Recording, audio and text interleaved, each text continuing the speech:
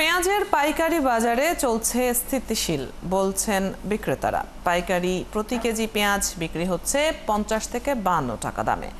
আরেকদিকে কাঁচামরিচের দাম বেড়েছে। আজ মানভেদে প্রতি কেজি কাঁচামরিচ বিক্রি হচ্ছে 240 থেকে 300 টাকা পর্যন্ত। একই সাথে চালের বাজারে আবারও সিন্ডিকেট গেড়ে বসেছে।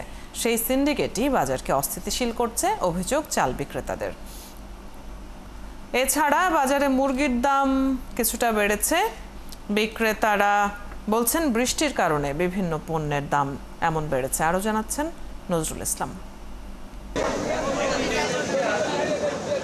রাজধানীর কারওয়ান বাজার, কাঁচা সবজির বাজারে নেই ক্রেতার ভিড়, তবে কিছু কিছু সবজির দাম বেড়েছে কিছুটা বলছেন বিক্রেতারা।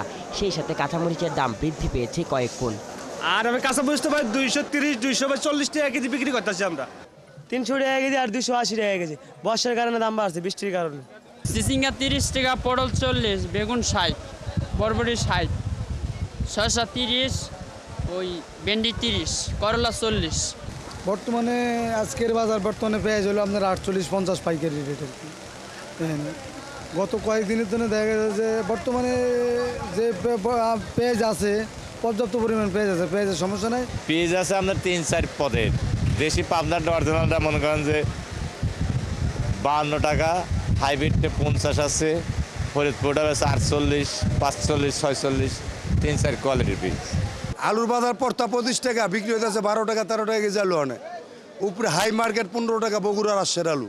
বগুড়ার আলু 100-110 টাকা বিক্রি আছে, আর বিক্রমপুর আলু 13-14 টাকা কেজি বিক্রি আছে বস্তা কাটা। চালের বাজারকে সিন্ডিকেট মুক্ত করা সরকারের অন্যতম বড় চ্যালেঞ্জ। তবে সিন্ডিকেট একইভাবে সক্রিয় থাকার অভিযোগ ব্যবসায়ীদের। বাজারে ঊর্ধ্বমুখী আছে মুরগির দাম। সিন্ডিকেট তো পুরো সিন্ডিকেট। এরা সিজনের প্রথম ধানগুলো কিনা তারা গোডাউন করে রাখে আগামী 1 বছরের জন্য। আলুর দাম বাড়ার কথাই না, এখন সিজন মাত্র গেল।